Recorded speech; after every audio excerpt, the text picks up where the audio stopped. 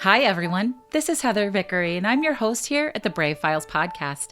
In this episode, we talk about life with dyslexia and how our guest, Gibby Booth-Jasper, turned her diagnosis from a disability to an advantage. She even calls it her superpower. And now she's helping other people with dyslexia embrace their own superpower. Gibby and I also talk about the incredible things possible when we learn how to use our differences to our advantage, and the importance of building a community of like-minded people. This really is such a fun conversation, and it truly flips traditional thinking right on its head. So stay with us. Hey everyone, I'm coming to you from sunny, beautiful Austin, Texas, where I just had the privilege of spending the week at the B-Sage conference and taking the stage to talk about how to actively prevent burnout. It was a big, important topic, but I couldn't let this episode go by without giving a shout out and a very warm thank you to Nick from the Apple Store in Oak Brook, Illinois. I took my computer in for service and I was told it was going to be 72 hours until I got it back. But Nick turned it around in just 7 hours. So thank you from the bottom of my heart, Nick. All right, y'all. Now here's the show. Tenacity, Superpower, and Adventure. This is Heather Vickery, and you're listening to The Brave Files, stories from people living courageously. When we choose bravely in big and small ways, it powerfully elevates our lives. I hope these stories connect with you and encourage you to embrace bravery in every possible way, day after day. Together, we can build a movement of courageous living that enriches both our lives and our communities. And if you enjoy the show, I ask you to please share it with others. Maybe think of someone who you want to choose bravely right alongside you. Thanks for tuning in. Now here's the show. Hey everybody, it's Heather Vickery. Welcome to the Brave Files podcast. I am delighted to have you here with me today. So I have to ask you a question. Have you ever tried to do something backwards? It's hard, right? Well, for some people, their brains flip things around without their knowledge or their consent. Life's hard enough as it is. But today's guest, Gibby Booth-Jasper, was diagnosed with dyslexia as a child. And she hasn't let that stop her. Today, she's an entrepreneur, a life coach working specifically with children with dyslexia, a speaker, author, and the host of the Dyslexia is Our Superpower podcast. Gibby is here to tell us why she considers dyslexia a gift and about her journey to reframe the way dyslexia is seen. This is going to be a fascinating conversation. Gibby, welcome to the show. Thank you so much, Heather. I am excited to be here. Sorry, everybody. My tongue is all twisted today, so we'll do better, I promise. Maybe it's just brain. I think it's funny. I'm totally putting the cart before the horse because I want to hear all of the details, but I've never been diagnosed with dyslexia, but I absolutely think there's a little something there. So we'll see at the end if I feel that from you. Well, I think that brings up such a great point because I really believe that it's a scale. Yeah. You know, you can be a little bit dyslexic. You can be a little dyslexic in math. You can be a little dyslexic in writing and reading, you know, and then there's just a huge scale of it. So oftentimes people will come up to me and be like, I think I have it, but I don't have this, but I do have this. And it's like, no, it's not black and white. Yeah. There's a whole lot of gray in there. Like most things in life. Absolutely. Which is kind of awesome. So how old were you when your dyslexia was discovered? Well, officially or unofficially? Officially, honestly, I wasn't officially diagnosed until I was 21. Oh, wow. Okay. But unofficially, when I was in 6th grade, was when my 6th grade teacher, during the parent-teacher conference, sat with me and my parents and sort of said, you know, Gibby is great, Gibby works really hard and all these things, but I think there's something going on. And she didn't say, I think she's dyslexic. Right. But she did say, I think there's something going on. I think it would be wise to get tested. I think it would be wise to, instead of taking French in 7th grade, which was the language I wanted to take, that she takes a writing reading course instead. And so that was sort of the first conversation and when it really kind of came to light officially. But I had figured out when I was about 5, my dad went away for 2 weeks and my mom said, you know, it'd be so great if you and your sister learned a new skill. We're each going to learn something. And mine was to tell time. And that was the first time in which I really noticed that something was wrong with my brain, because she put this thing in front of me. It was one of those clocks with the movable hands. Still to this day, like I see it in Target and I like shudder. It's like PTSD. So I had one of these things and my mom explained it to me. It made sense to me. She would say, okay, this is 12 o'clock. The hands are here and all this stuff. And then she'd move it and say, okay, what is it now? And it was like I was a computer and my memory had just been wiped. Like I couldn't remember anything that she had just said. And so I started doing all these things. I started tapping my head. I started squinting. All these things. And I just couldn't figure out why what she had just told me, which had made sense at the time, was now no longer anywhere in my brain. I sort of felt like my brain had just like packed up and left. Wow. And it was just empty. And so I knew this was weird, but I didn't realize something was quote unquote what I thought wrong with me until my sister, who was 3 at the time, started piping up with the correct answers. Oh, wow. And then it was like, oh no, something's really wrong with me. So that was the initial kind of, for me to realize, hang on a minute, I have a problem here. My brain is not like my sister's, which then I figured out, I was like, wow, my brain is not like most people that I know. And so that was sort of when I internalized it and when I really felt like I had to hide it. And so that's partly why it took until 6th grade for a teacher to pick up on it. And she was a really wonderful teacher. And then why I was adamant. For me, I saw it as social suicide. I was like, I am not going to be labeled. I'll be labeled as a loser. For me, when everybody went into 7th grade, they asked you 2 questions, which was, what team are you on? And they broke us up into 4 different teams. Same for my kids. Yeah. And what language are you taking? Those are like the 2 questions. And so I was horrified by the idea of having to say, oh, well, I don't take a language. I'm in this special reading class. Right. And so I begged my parents and was like, can we make a deal? And so we did. And so the deal was that my mom speaks fluent French, so I would take French because she could help me. But then if I really started to struggle, then I had to sort of admit defeat and go into the reading class. And so, of course, that was massive motivation to work really, really hard. And that's kind of how I got through high school. But then when I got to college, there wasn't enough time in the day and things started to kind of fall apart. And it was time to tell. It's also easier, I think, to deal with those things in college where your schedule is more flexible and nobody's kind of up in your business all the time. At least that was my college experience. Absolutely. Yeah. I mean, still think it sort of, to me, in the end, it wasn't really my choice. I failed 2 classes my sophomore year, was placed on academic probation, and almost got kicked out of the University of Maryland.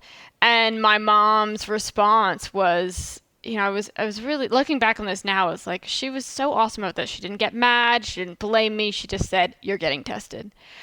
And which was actually kind of a scary thing because I went into the testing and really struggled with it. There were all these things that I couldn't do. And the woman was really nice about it, but she would give me these words to try and pronounce. And I would just kind of look at her and be like, I can't pronounce it. Like, I can try, but or she'd give me a puzzle and I'd be like, I can't figure this out. And so I sort of kind of hoped that she would discover something, but at the same time it was this like, but maybe I am just dumb. Maybe I just can't, maybe there isn't a real reason. And so it was a really kind of stressful sort of couple of weeks waiting for the diagnosis because part of me really wanted it so that there was a reason as to why I just failed 2 classes, even though I was working really hard. But then part of me was like, oh, I don't want the label. I don't really want to have something quote unquote wrong with me. No, nobody wants to have anything quote unquote wrong with them. So would it be fair to say what I'm hearing you say is that school was really hard? You just were very good at faking it and you worked your ass off? Yeah, that's very accurate. And so then you got tested and they said, yeah, you're dyslexic. So what changed after that? Well, I gotta say, a plug for the University of Maryland Disability Support Service Center. They were incredible, and I was I was given all these accommodations by the tester. She kind of said to me, here's a list of things we typically recommend. What fits with you? What would be good? And I'm looking at this list and being like, I could have a calculator. I could have a vocab sheet. I could have all the lectures. I could record the lectures. I could have the books in audio format. Like there was all these things. I could have double time on exams and quizzes. I could ask for longer time on other projects and other assignments. And those were the main ones that I just was like, it was like kid in a candy store. It was like, oh my God, like this will, so it was huge in one sense because it was like, wow, this is going to change my life. But I had a love-hate relationship with them because I hated the fact that I needed them to succeed, but then they were really helping me succeed. Right. So it was sort of this, kind of difficult kind of thing. But I remember, so she gave me, basically how it works is you get tested, and I got these list of things, and then the tester recommended to the University of Maryland, these are all the accommodations that they give me. And so the first day right before school started, I had to go into the disability center and meet with my assigned counselor person. And I thought that it was going to be a fight, that I was going to really have to fight for the fact that I needed a calculator and fight for the fact that I needed double time. And so I went in like all ready for battle, and the woman was very nice and looks at me and goes, okay, so everything was granted, just sign here. And it was like, wait, what? So that's kind of, so they absolutely helped me. And that's one of the things that I really talk about now is that I'm really trying to encourage kids. I wish that I had had accommodations in high school. It would have made my life so much easier. I would have had much more of a social life. I would have been way more relaxed. I would have been way less stressed out. I didn't realize, I knew I was working pretty hard, but I never looked at it as like, oh, it sucks I'm working so hard. It was always like, I'm working so hard, but it's working. Like I'm succeeding. I love that. I think that's great. So how did you get into dyslexia as a business, essentially? Yeah. So it's like such a crazy story. And it's one of those, like, if you had told me even, I don't know, 8 years ago that I'd be doing this, I would be like, yeah, right. So how it worked was I was really I knew growing up I wanted to help people or animals, and I wanted to do something creative, and I wanted to do something that wasn't sitting at a desk. Okay. Those are sort of my parameters, but I didn't really know quite what that looked like, and I thought maybe I wanted to be a vet, and then realized that was not my calling, and then a couple of things, and realized through a series of events of really my horse getting injured when I was 16, and it's a long story, but having this body worker who was a physical therapist really help him. I got really into body work. And so it rocked my world. It was like, wow, like I couldn't believe how powerful one's hands were. And so I looked at her one day and I was like, I want to do what you do. So that was sort of the path I went down, and that's what I was doing. And after a little while, I hired a business coach because I didn't really know what I was doing on the business side of things. I was kind of making it up as I went along, and some things were working, some things weren't. And so I hired this business coach who I found through Facebook, of all things. She was wonderful, and we were working, and I would work with her on the phone. And one day she was trying to teach me this 9-step process. And she said it all over the phone, which I'm a very visual person. So she's saying it all over the phone, and I'm like trying to write it down, but she's saying it kind of fast. And then she wants to role play. And she's like, okay, let's practice. Let's do it. And I am starting to panic. I'm starting to sweat because I can't do it. Opposite of how a coach is supposed to make you feel, by the way. Totally. And so I'm trying to do it, and I'm messing up the order, and I can't remember all the parts. And for the first time ever, I outed my dyslexia. I said, I'm not able to do this. It's because I'm dyslexic. And I was expecting her to say something along the lines of like, oh my gosh, like how can we make this better for you? Like, what do you need? How can I help you? In which I would have said, I just need more time. I need to write this down. I need to practice it and study it, and then I can totally do it. And so but instead she launches into this, wow, like that makes so much sense. It's so great that you're dyslexic. And she starts listing all these people who are dyslexic, Whoopi Goldberg and Walt Disney and all these things. And it was like, and to me, I was not at the point where I embraced my dyslexia even a little bit. And it was as extreme as if someone just told me that having cancer was a positive. Wow. It was like, no, but I really respected her. And so it was this like really kind of difficult, like I'm on the phone and I'm like, do I pretend that my phone died? Do I hang up? Like, do I get out of here? What do I say? What do I do? And I'm really struggling with it because it was like deeply insulted me. It was like, you're not dyslexic. You don't know. This is not a positive. Like, no. But at the same time, it was like, okay, but I really respected her, and I don't. So it was sort of this difficult kind of thing. But I've ended the conversation mostly appropriately, and then for the next sort of 2 weeks, that was the sort of this little sort of pebble that started rolling down the hill. It was like I had this like angel and devil on my shoulders. It was like, dyslexia is a positive. No, it's not. Like, how could it be? But maybe it is. But it can't be. But maybe it is. And so it was this back and forth. And eventually, I remember so clearly, I sat at my desk and they were like literally arguing, like back and forth. This is your brain. Your brain is arguing. Yes, this is my brain. This is totally my brain. One side is one side is the other. And then I threw my hands down on the table super dramatically and was like, fine. And I Googled positives of dyslexia. And I was expecting to see a whole bunch of hogposh and just nothing really of any content or any real substance. But instead, so I found myself on Nessie.com. It was one of the first things that popped up.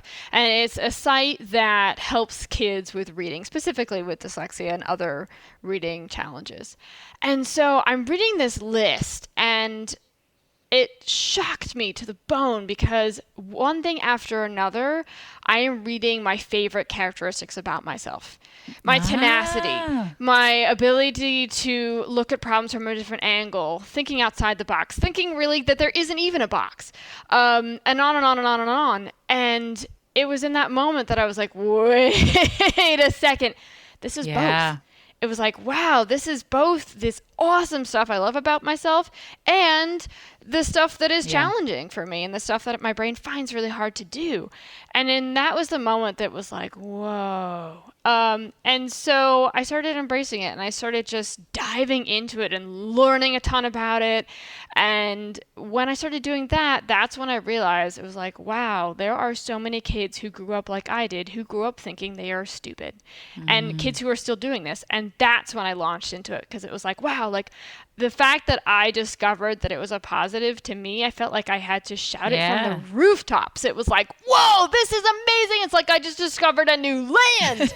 And so I have to tell everybody about it. I love that. Specifically kids. I love it. I think it's great. So now tell me about your book, and how soon after this experience did you go, I got to write a book about this? Well, that is a very long, complicated story, but the short of it is pretty soon. I was in this really amazing conference, and one of the speakers was talking about how she kept saying, "What are you pregnant with?" And it was really interesting because the idea, her thought process was, relating it to a book, was that basically that a lot of people, at least people at this conference, had this sort of book idea in them, but were either too scared to figure out what it was or to admit what it was, or not able to figure out what it is, or not able to, explain it or own it or all that kind of stuff. And so she walked us through this process, and in sort of discovering kind of what was in us. And I had no idea when I started this process. I thought like, at some point I want to write a book about pain and body work. And at the end of this conference, at the end of this process, I was like, I am writing a book about my dyslexia, like now. And it was so weird because it was like, what? Like, and then there was the whole like, but can I even write a book? And how can I write a book? And most of the stuff I do when I write stuff is dictation. And it's in a very kind of like I'm talking voice. And so I was like, well, can I even do this? And how would I do this? And but I'm pretty stubborn. And so it was like, when I kind of had this idea of like, I'm going to do this, it was like, all right, I'm going to do this. So long story short, I wrote this memoir about my dyslexia, and with mostly through dictation. But I know a lot of people who have written their books with dictation. Yes. Lots and lots. Even on the show, I had several people who say that. Which I think is so great, but I think is also such a great thing to point out, because I think that it, at least the way I looked at it initially, was like, well, that's cheating.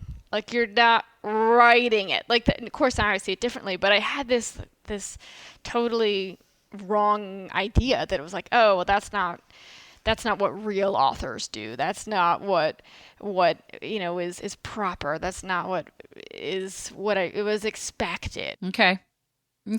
But I like that, because what I'm hearing you say is in your mind you had decided what was expected, what was proper. But of course, I don't think no one told you that. You just assumed that that doing it any other way was the wrong way.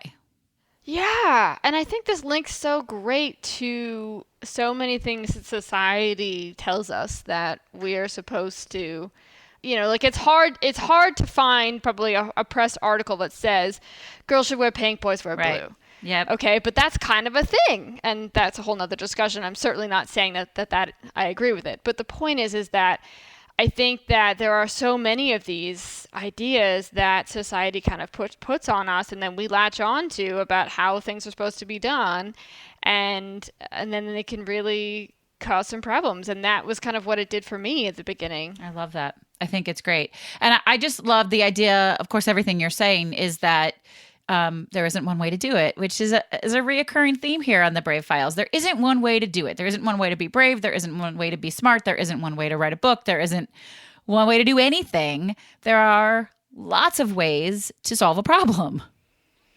Absolutely. And I think that that's definitely at the cornerstone of my messages to kids. So what is the name of your book? So this is why it's a long story. So I wrote this book about my dyslexic memoir, and then got a lot of help with it, and got a lot of advice around it too. And someone who's become a very wonderful mentor of mine, and I was talking to him about it, and he was like, Gibby, maybe you should put that on hold and focus and bring a book that really is about what my main message is, which is dyslexia is a superhero, or it's a superpower, and you are a dyslexic superhero. And so I am almost done with writing a book now called Dyslexic Superheroes, and it zooms in on a number of people that I interviewed for my podcast and shares their stories. So that's coming out in January, and then the other one will come out at some point in the near future.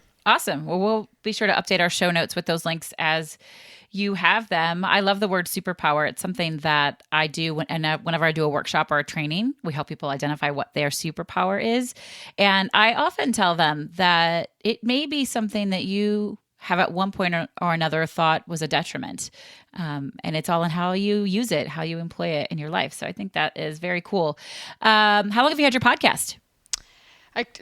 Totally agree with you on the superpower thing. It's one of my favorite words for sure. The podcast I started, this is its second year. So it's about to finish up its second year. Congrats. It started, I don't know how you started yours, but I started it I kind of got this idea. I had desperately longed for a dyslexic community when I was growing up and didn't really have one, and there wasn't one that could find easily. And so when I had the idea to make one, it was like, oh, well, and I was sort of scared because I was like, oh, no one's going to listen to it except my parents out of obligation. And will I be able to find guests and all this stuff?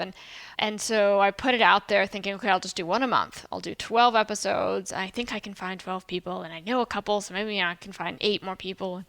And then it just picked up speed, and it was like, oh, wait a second. Like, people are actually listening. Like it. Yeah. Is it an adult listenership? Do you have kids listen? Yeah, so I initially started it with the targeting dyslexic adults, and then I was given advice to poll my audience, and because I was like, oh, I know who it is, and they were like, I think you should poll them, and I did, and found out that 85% of my audience was parents, and a lot of them listening with their kids. Yeah. So that was really interesting to me, and a really good lesson in there. But yes, so it's a lot of parents and kids.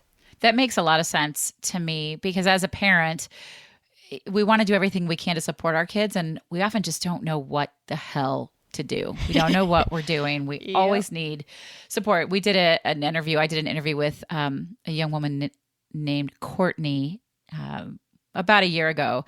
We'll link to that in the show notes. She's a parenting coach. She coaches teenagers and then parents. And I recently called her. I was like, I don't know what the hell I'm doing. Help me. So I feel that. Does it feel brave to you, this work of redefining what the world thinks of dyslexics and what people who have dyslexia think of themselves and how they function? So I would say I see it brave now. I would say it's taken me multiple years to kind of step into that space and own it. Because I think like most things, though, for most people. Yes, I think. do. Yeah. I do think it's brave. I think that, do I walk around being like, I am brave? No, but do I? And that wouldn't be bad, by the way. That would be fine. But I think that, yes, I think that whenever you stand up and you swim the opposite direction that everybody else is going in, I think it is brave. And I think, like I said, did I think like at the beginning, like, oh, I'm being brave because I'm sort of standing up? No, Yeah. but I think that there is a level of, I think it is brave because I think for me, it was mostly just really standing up for like, wow, but I really truly believe this and I really had this transformation. And so I really need to spread that message. I love that. And I believe for a lot of us, we don't recognize that what we're doing is brave until hindsight. But one of the missions of this show is for us to consciously step in to making brave decisions. I think once you've done it and then you look back and you go, oh, wait, I did that brave thing, then you're able to foresee, oh, I could do this other brave thing. You are far more capable than we think we are. As you've achieved all of these things and you've sort of taken this on as a superpower versus a detriment, how do you celebrate success personally and professionally? Ooh, I like the question. Personally, I'm a huge hiker. I love to be outside. Awesome. I have multiple dogs, and so that's definitely a huge way I like to de-stress and unwind and have fun. I would also say that I'm fairly goofy, and so I'm a huge component of adults being, finding that inner child and doing things like pillow fights and that kind of stuff, and going to a cartoon and that kind of thing.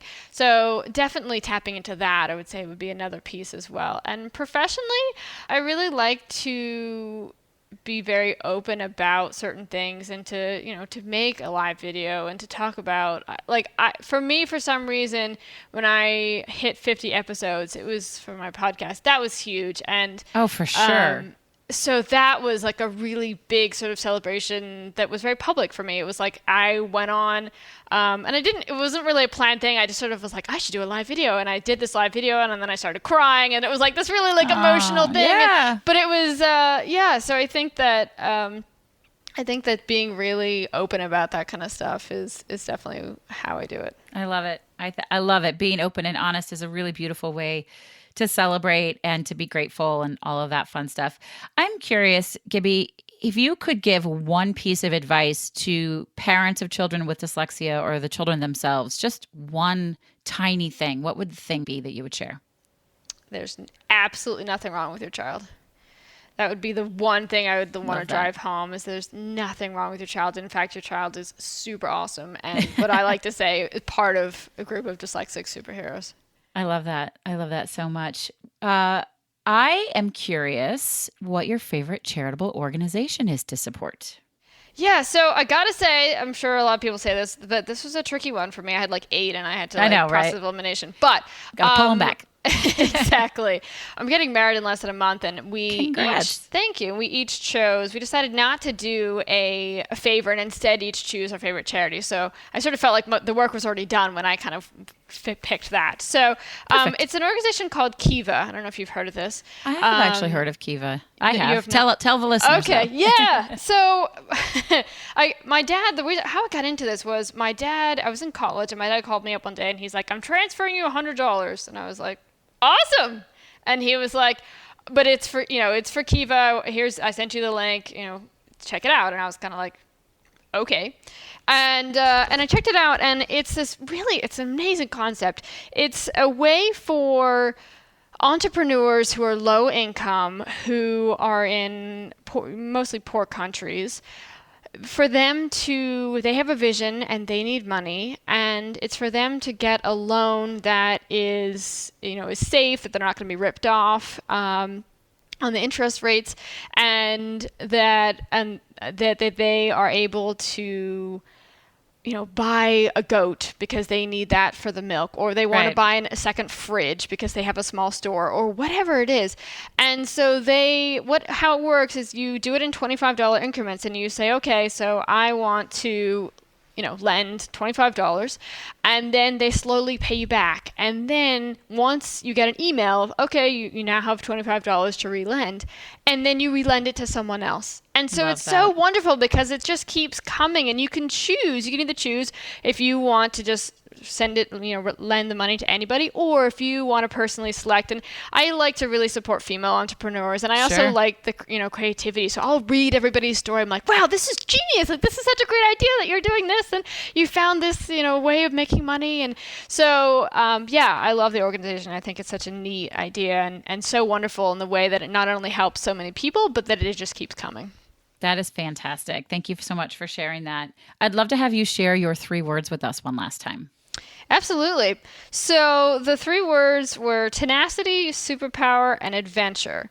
But I want to say that when I was thinking about the 3 words, my brain thinks in pictures, as many dyslexics do. And so what I came up with initially was the upside down emoji, a mountain, and a picture of a superhero, and then sort of converted it into words. I love that. I think that's incredibly cool.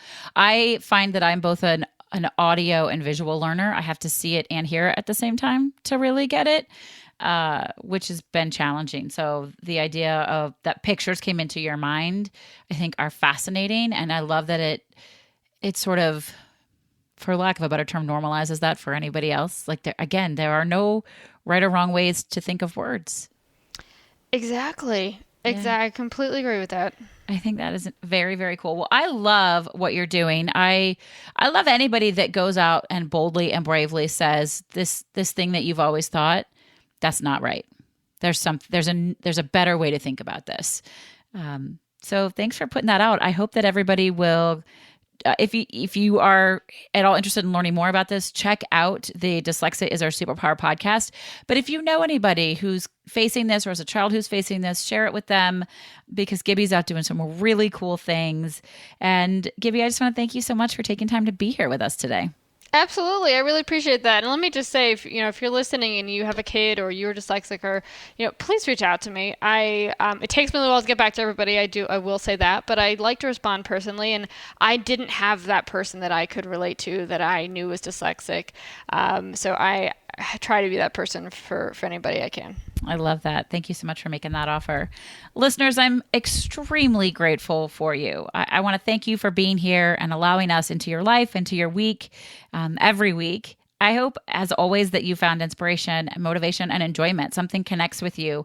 One of my favorite things is the variety of guests that we have on, and there's always a takeaway. Even if it doesn't speak to you directly, there's always some little nugget you can take with you and move forward with your life.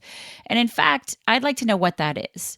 I would love for you to give me a call, 312-646-0205, and share with me what your little nugget was from this episode or any of them that you've listened to, or any other feedback from the show. I really, truly want to hear what you have to say. If you love the show, which I hope that you do, please know that we cannot do it without your help and support. Visit our Patreon page. It's patreon.com/bravefiles to learn about the ways you can help us grow the show, do bigger and better things. We need you all the way. So patreon.com/bravefiles. This is Heather Vickery reminding you today and always to go out and choose bravely.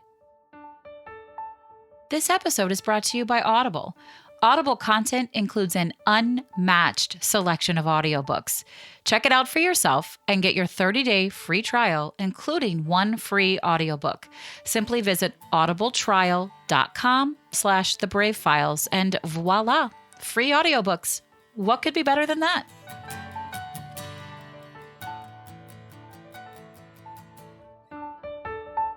You've been listening to The Brave Files, stories from people living courageously. To learn more about the show, find our show notes, or get some great bonus content, visit thebravefilespodcast.com. And we'd love to know what you think. You can give us a call at 312-646-0205. Let us know your thoughts on the episode, the show in general, or maybe share with us how you're out choosing bravely. This episode is brought to you by Vickery & Co. Success Coaching, coaching that helps you maintain a life well lived and a business well run. Learn more at vickeryandco.com. Our music is produced by Matt Lewis. Follow him on Instagram at mattmmusic or visit his website, theunionband.com. We couldn't do any of this without our extraordinary audio engineer, Andrew Olson. Learn more about him and check out his work at findandrewolson.com. And special thanks to our associate producer, Kim Statler. I'm your host and executive producer, Heather Vickery. Thanks for tuning in, and we'll talk to you next week.